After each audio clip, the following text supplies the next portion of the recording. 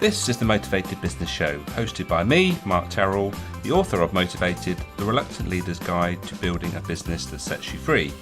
In my book, I share the 7-step process to get the measure of your business. M.E.A.S.U.R.E is an acronym that stands for Mirror, Evaluate, Action, Systemize, Unify, Review, and Energize. On each episode, I'll be chatting to a business owner about how they stay motivated and how they've got the measure of their business.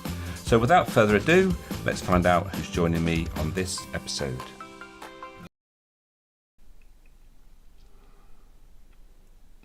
Hello and welcome to this episode of the Motivated Business Show with me, Mark Terrell. And today we are talking email marketing. And we've got an email marketing specialist on today. So get your notepads ready because there'll be lots of good snippets for you to think about with regards to your strategy with regards to email marketing, if you're doing it or if you're not. Right, before we do that though, let's just introduce a couple of things beforehand. First of all, this is the book I wrote, Motivated. And in that book, I talk about a 7-step process, which I'm going to talk about towards the end of the podcast, because the 7-step process is what I call how you make a business that sets you free, and following those 7 steps will help you to get there much quicker. So if you would like a copy of that book, there's a couple of ways you can do that. You can go to my website, or you could buy me a couple of cups of coffee, virtual ones. It's not, you don't have to send a cup of coffee in the post or anything like that. But if you click that QR code, or if there's a link or something in the comments, there might be a link there. You can go straight through, buy me 2 coffees, and I will send you a copy of the book as a thank you for that. And if you just like to buy me 1 coffee, that goes towards keeping the wheels in motion with regards to the podcast, and that's really well appreciated if you feel you want to do that. Right, without further ado, let's bring on today's guest. Welcome, Jamie. Hi, Mark. Thanks for having me on. Really excited to be here. Yeah, looking forward to the conversation. Before we do that, let's give you an opportunity to introduce yourself properly. Thank you. Yeah. So my name's Jamie. I run an email marketing agency. The name of the agency is called the Inbox Club. And our passion centers around 2 things. One is building a high quality email list and the power of first party data. And then the second thing is, what are we sending those people once we've gathered that list? So it's about high quality, very valuable content that keeps people engaged and eventually turns them into leads. So yeah, that's what we do. Brilliant. Okay, so I think we should start with regards to email marketing as a principle. Marketing, there's loads of ways that we can market our business. So why in particular do you think email marketing is an important way to get your message across? Yeah, good question. So for me, email marketing really comes into its own when it is used as part of your mix with a lot of other channels, right? Because we've got to think about what the funnel as a whole, especially in the B2B space, where buying cycles are much longer and people are more hesitant, especially these days, to make a decision. And also, you're all constantly being compared as well, and it's a competitive environment. So what we want to do is we want to think about the marketing funnel as a whole and where email fits in there. And we're kind of snug in the middle, kind of middle to bottom. And the reason we're there is because at this point, you'd have already made people aware of who you are, and they would have voluntarily signed up to receive your emails. And so they've taken a really high intention step to be in your ecosystem. So when we gather these people onto our email list, we have a responsibility to market to them in a slightly different way than we would do at the top of the funnel. And that means providing more value for them. And then when we think about what comes next, we want to move people along the funnel again. So a lot of what we talk about in newsletters and in email marketing campaigns is, instead of sending this bulletin board of blog posts you've published recently, provide a bit more value than that and ask them to take a step that's more intentional and moves them along the funnel. And that might be attend an event, it might be book a meeting or something like that. So that's kind of where we fit, but it really does come into its own if you factor it into the wider marketing mix. Yeah, all makes sense. But the thing that comes to mind there is how do we get people to sign up to our email list? What is the the magic bullet, I suppose you could say, because I'm sure I'm not the only one, is that I'm a little bit less willing to give up my email as I used to. So it's only if something I can see is really going to help me or is of value, and I guess that's part of it, isn't it? Giving something away that's of value. Exactly, because we think about this as a value exchange, right? You're asking someone to give their data to you and permission to email them, and inboxes should be a more personal space than, say, I don't know, your social media feed where you're served content unwillingly. You're consuming content that you've not necessarily subscribed to sometimes. So there has to be that value exchange, and if someone's going to give their email address, we need to make sure that we're providing something back to them. So we actually have a kind of a guide on this, which this is kind of an unplanned plug here, Mark, but we have a guide book here. There we go. Yeah. It's about building an email list. And then there are tons of ways in which you can kind of build a high quality email list. And something we emphasize there is a high quality email list. We want people on there that match our ICP, so ideal client profile. We want people on there who want to be there.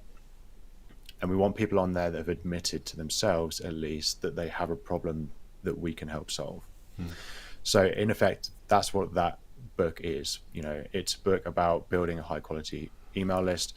So when people download that, they've admitted to themselves that they want that information.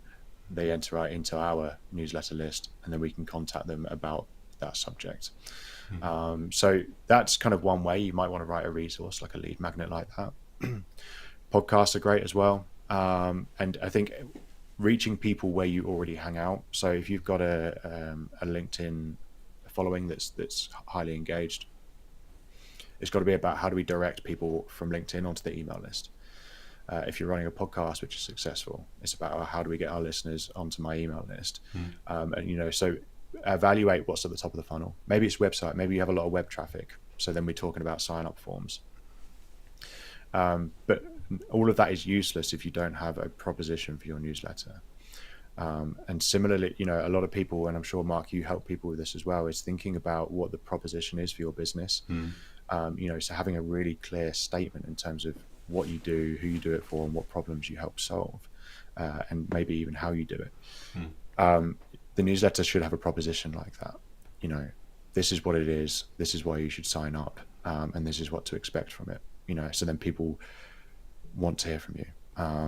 So yeah, I'm waffling a little bit here, Mark, sorry, but I hosted a round table a couple of weeks ago.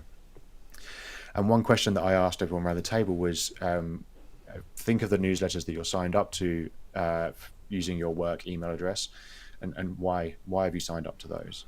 And pretty much everyone around the room said that, to learn something or to, make sure that they're getting insights and staying updated on something. So if we think about that, I think most people would answer the question in that way. So why is it that the best we can do when we put a sign up form on our website is say, sign up for the latest news? Surely we've got to have a better proposition than that if we're going to, teach people something. Exactly. I was going to say, is anybody actually going to sign up just for a newsletter? Actually, there's got to be, what's in it for me, isn't it? And it's as you've mentioned already, it's about knowing your ideal client and what their pains are, how they, the problems they encounter, and helping them in a small way to overcome them. Obviously not giving them the whole solution, because that would be a bit pointless if you just told them what to do, but it's about giving them some snippets with regards to thought starters and how they could probably start to think about overcoming that challenge that they have in their business. Yeah, precisely. And you can't give everything away in your newsletter. I think what we want to think about, if we think about this marketing mix and the funnel again, you're kind of giving away a little bit more each time, because people are committing to you in a more meaningful way as they move through. So that's what we kind of want to aim for. We're in that middle ground there where we're giving some juicy stuff away, and certainly more than we are on, say, social media. Yeah. So if you've done that successfully, so you've got a good sort of a lead magnet that they buy into, and then they're on your list. The next step then is to keep them engaged, isn't it? Is to make sure that what you're sending out is useful because it's quite easy. I know there's some people that I have emails from who are very religious in whether they send them either every day or every week, and they never miss. And then if they do miss one, then they apologise. But how do you get into the routine of sending out a good email to people that really want it and keep it engaging? So I think the routine part is probably the most important part, especially if you're just starting out, because you've got to build that consistency, you've got to build that momentum. Mm-hmm. So you have to admit to yourself, what can you commit to in terms of sending schedule? And I think what we preach is monthly is the minimum. So once a month is kind of the minimum. If you're doing less frequently than that, then you're losing any momentum and losing any consistency. Mm-hmm. I think the sweet spot is probably weekly.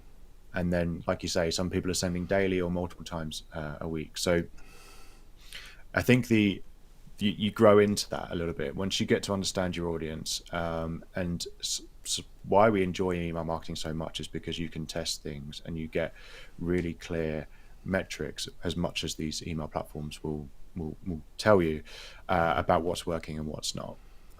So you could kind of swap up the cadence a little bit and say, okay, I'm going to move to a couple of times a week, and see what that does to your engagement metrics.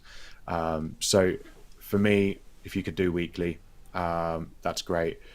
But we've got to think about how much effort am I putting into writing these things as well. Mm-hmm. So really think about that, because for me, if you're going to commit to a send schedule, you should live or die by it at that point. So doing what you can to stick to that is only going to serve you better. Mm-hmm. And so if that means that 1 week you're really struggling, still get something out and it's just one sentence, or something. It's just really short, it's really snappy, and just say, look, this week's been absolutely hectic for me. And this is what I've learned from having to struggle through this week, or something along those lines. I think getting something out is better than just skipping it. And I think that's a lot of what you do in marketing can be compared to going to the gym. In a lot of ways, sometimes if you really don't feel like it is just better to get down there and do a little bit than to do nothing at all. So yeah, I think that's monthly is the minimum, and then if you can commit to weekly, then so be it. My co-founder started a newsletter business, and this was a few years ago he started it. It is a very different sphere because it's around fantasy football. So it's a hobbyist newsletter, and it has, I think, 75, 80,000 subscribers now. Wow. But you get to the level then where, sending really frequently, so I think they send 3 times a week, the audience wants to hear from you. And, people will kind of kick off if they don't, so that's a very kind of different space. But if you set those expectations and you're delivering enough value, people will, really want to hear from you as regularly as you say that you're going to send. And look, people even pay for extra emails from that business as well. So you get to that stage eventually. Yeah. So yeah. And I suppose that's the next question really, is once you've got this, then at some point you've got to think about how you monetize that information and get people to buy something from you, because you're very well giving them lots of information and all that sort of stuff. But if you're in, you've mentioned the hobbyist thing, but if you're running a business, there's a purpose for this and you want people to buy your services. So how do you sort of introduce that sort of concept of converting people from your newsletter email list onto something that they're actually going to buy? So one question that I get sometimes from people that are interested in what we do, they might ask a question about, well, how many leads can I expect from my newsletter? And actually, that's the wrong question. The question that they need to ask themselves is, how many leads can I expect from my marketing mix as a whole? Because it's so important to recognize email marketing as just one part of that mix, as I mentioned earlier. And we know the stats around, only 5% of B2B buyers are in the market to buy at any one point. We know the stats around touch points to turn someone into a customer, which I think is like 7 or 8, depending on which blog piece you're reading at the time.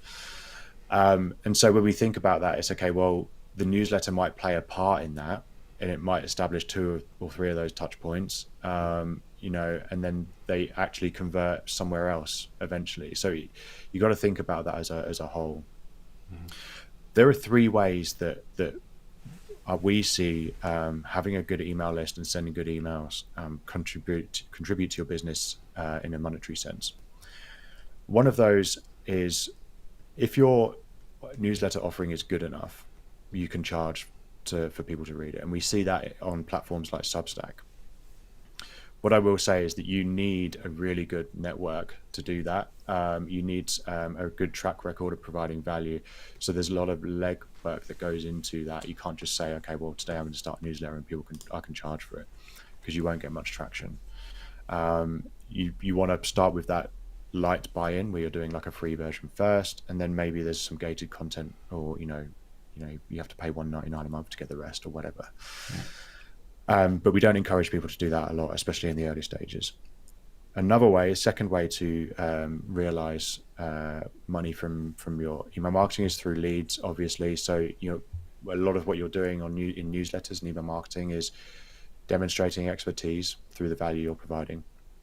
You're building familiarity and trust through the way in which you're writing in these emails, and we're big advocates of being conversational and authentic in the way that you write.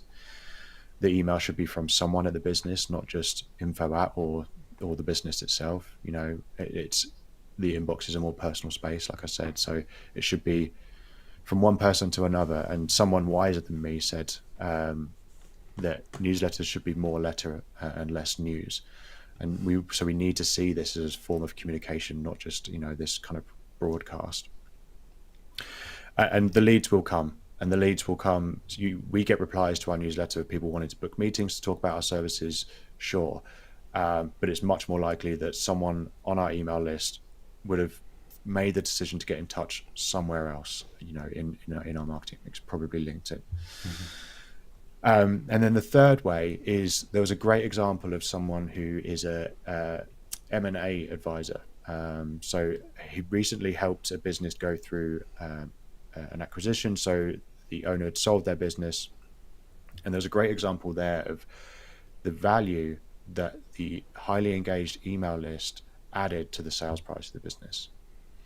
So we have to think about the email list and this first party data as a business asset, not just a marketing platform. And so if you think about, okay, well, we have I want to sell my business, and I have 10,000 if you've been working at it for a while, or 20,000 if you've been working at it longer. People on my email list, they're exactly the kind of people we serve. The engagement metrics show that they're really engaged. There's replies coming in, people are forwarding it, and it has a track record of providing great value. If we think about that for a second, if you want to buy the business, you've basically got a garden of leads that you can harvest at any one time. And in that particular example, it added nearly $750,000 to the sales price of the business alone on that. So there are three ways in which it can contribute. And look, there was a lot of kind of pie in the sky, blue sky ideas there, but a lot of it starts with boots on the ground, consistently sending value and just building that email list over time.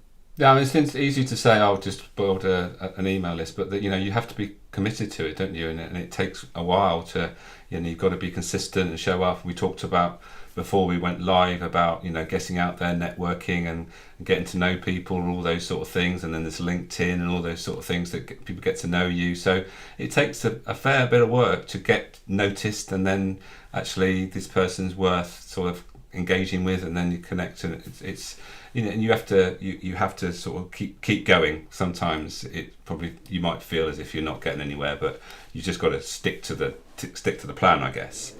And look, I think you will feel if you go through that process of building an email list, you'll get more excited about subscriber number 100 than you would about subscriber number 10,000. There's kind of this weird thing where you get excited, and you should get excited about every single person that you get in those early stages. And it can feel demoralizing to send great content to 5 people when you're first starting out, because you've got to build that momentum.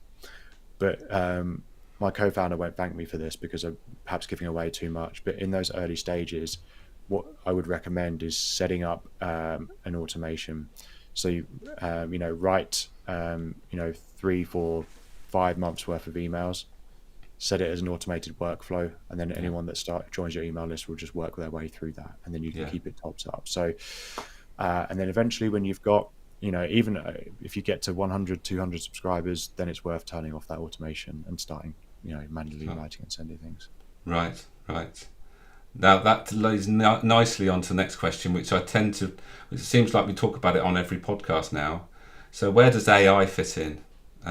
Is it something that we need to embrace with regards to email marketing, or is it something to basically keep well away from?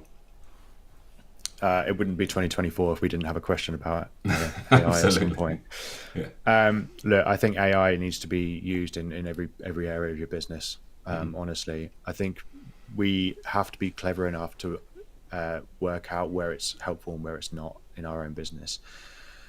And a lot of that comes into what you talk about in your book, Mark, is about evaluating yourself, evaluating the skill set that you have as a leader and as a business professional, and identifying where those skill gaps are. And whereas before we thought about how we might get someone to help us with that, now we can also think about how we can get AI to help with that as well. One way in which it's really helpful for me is note-taking apps during meetings. They're incredibly clever. It saves me a whole bunch of time. It means I can give the person on the call my full attention. I don't have to be taking notes. If we think about email marketing, there are some things where it's really helpful. I would say that it's in terms of writing the content, you're still better off writing it yourself. Even if you don't think you're a copywriter, you're much better off just writing how you talk and using a spell checker or something than getting AI to write the content from scratch, because people will notice it's not you, it's not authentic either. And something that we try and do, we want people, when we write newsletters for clients, we want the newsletters to sound like them in real life, because it comes into that trust and familiarity piece. So in terms of ways in which it could be useful, using it to kind of spell check, upload the copy for your newsletter and say, can you offer tips on email marketing best practices, in terms of how this is written and laid out or whatever. That can be helpful.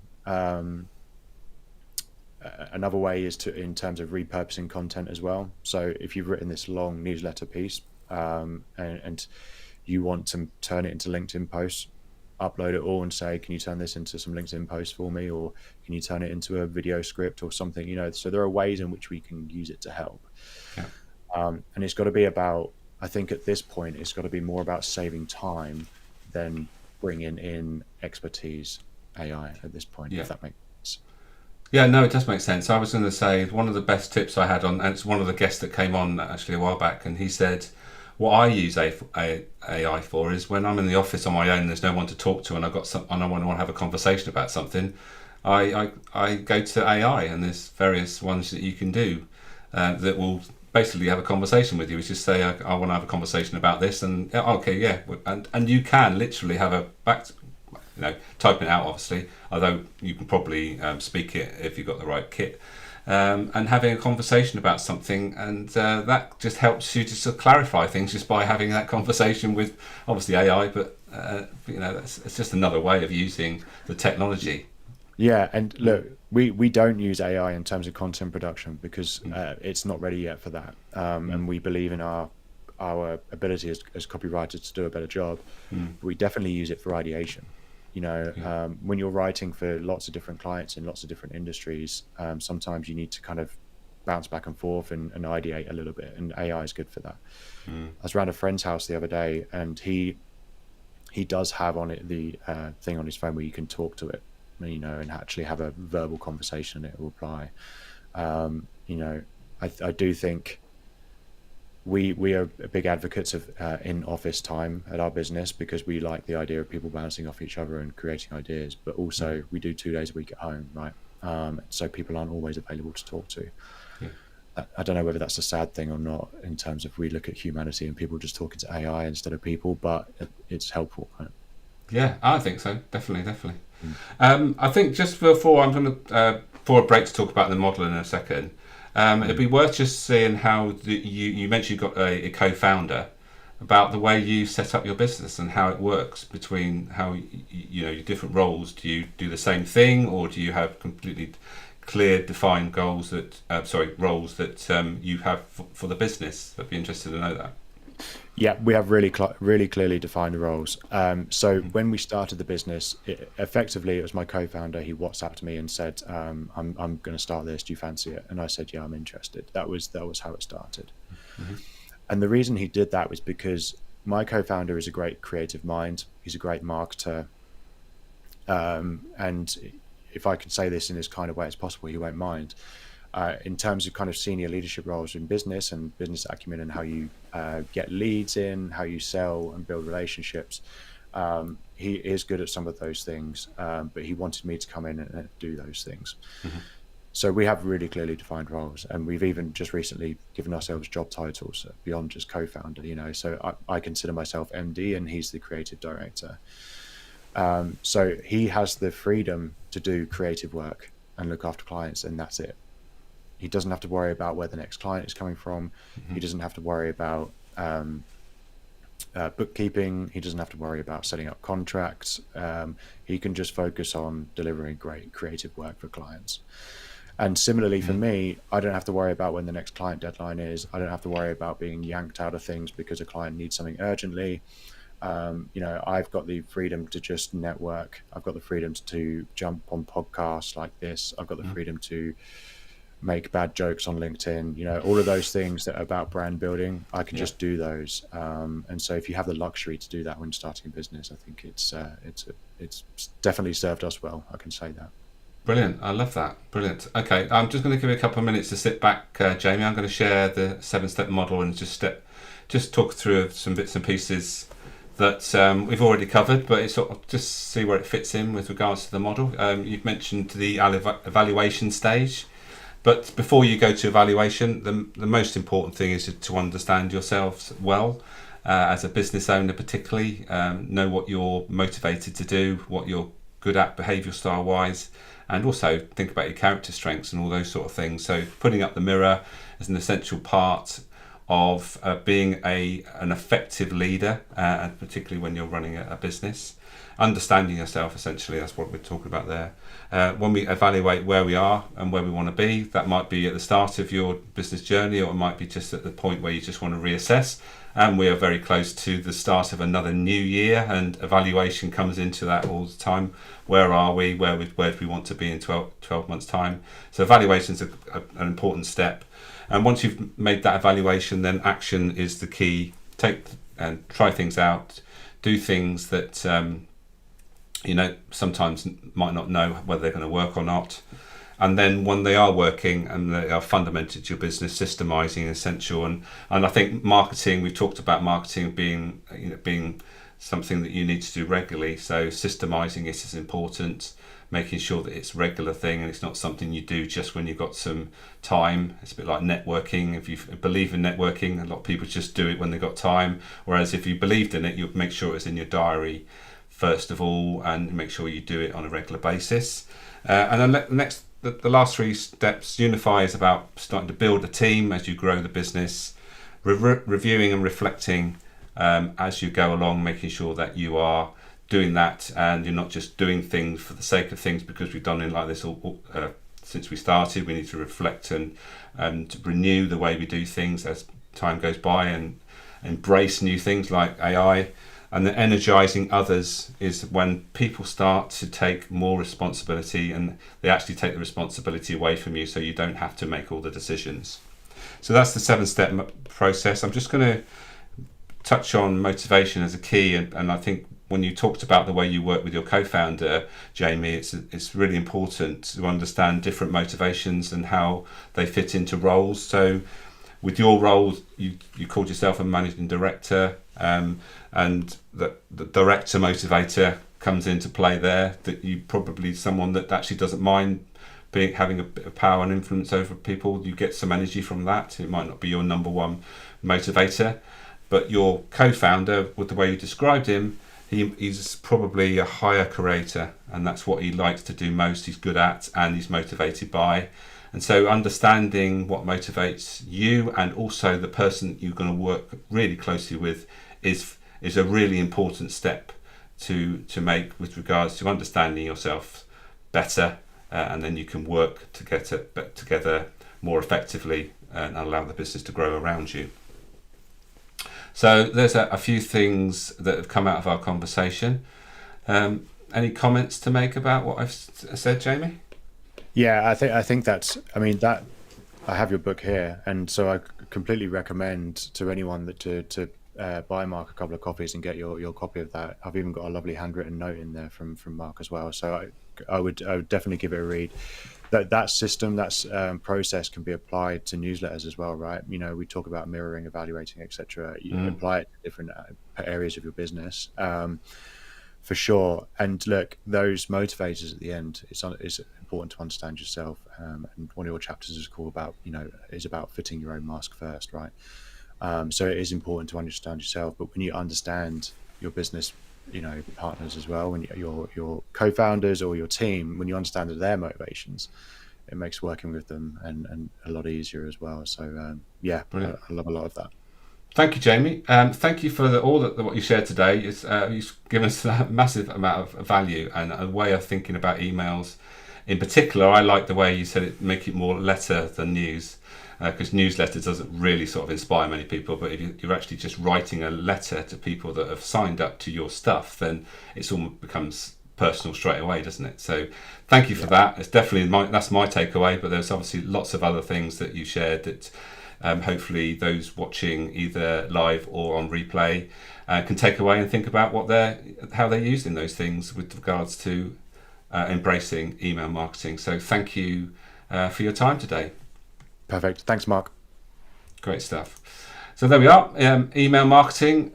Jamie's your man. If you want to find out more about him, I highly recommend connecting with him. And if you have any questions about what he's shared or anything that I can help you with, then don't hesitate to put a comment in the comment section, and Jamie or I will get back to you as soon as we can.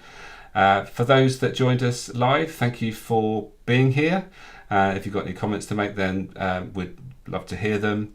Just before we go then, just to remind you, my book, as Jamie so kindly mentioned, it's out there. You can buy it from Amazon in book form or in Kindle form, but you can buy it from me direct. And one way you can do that is to buy me 2 coffees by using that QR code, and I will be delighted to send you a copy of my book. So there we are. That's today's episode over. We will be back shortly, very soon I should say, not shortly, with another episode. But for now, have a great day, take care, and we'll see you very soon.